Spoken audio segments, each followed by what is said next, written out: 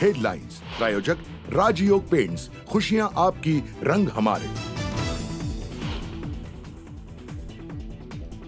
हिवाळी अधिवेशनाला मुदतवाढ नाही, ठरल्या वेळेप्रमाणे चालणार कामकाज।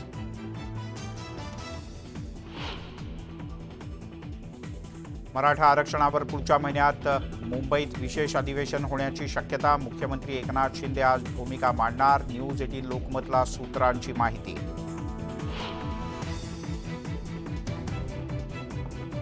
न्यायमूर्ती शिंदे समितीचा अहवाल सरकारला सादर। मुख्यमंत्री आज सभागृहात अहवाल मांडणार।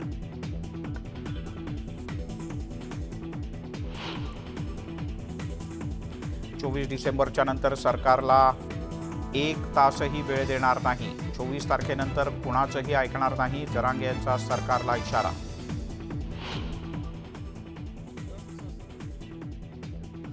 निधी वाटपावरून विरोधकांच्या मध्ये नाराजी। निधी संदर्भात चर्चा करण्यासाठी महाविकास आघाडीच्या नेत्यांचं मुख्यमंत्र्यांना पत्र। चर्चेसाठी मागितली वेळ।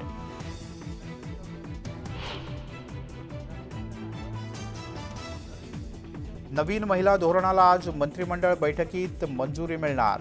साखर कारखान्यात महिलांसाठी 30% जागा रिक्त ठेवण्याची तरतूद।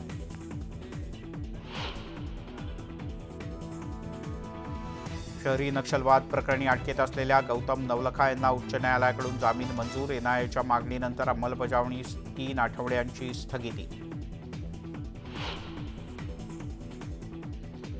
राष्ट्रवादीच्या खासदार सुप्रिया सुळे यांना निलंबित केलं। संसद सुरक्षा गोंधळ प्रकरणी आज आणखी 49 खासदारांचं निलंबन। आतापर्यंत 141 खासदारांना लोकसभा अध्यक्षांनी निलंबित केलं।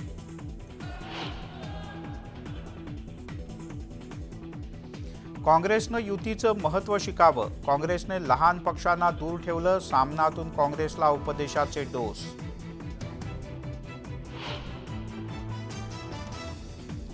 अजित पवार मुख्यमंत्री व्हावेत हाच 2024चा संकल्प। अमोल मिटकरी यांच्या वक्तव्यानं चर्चांना उधाण।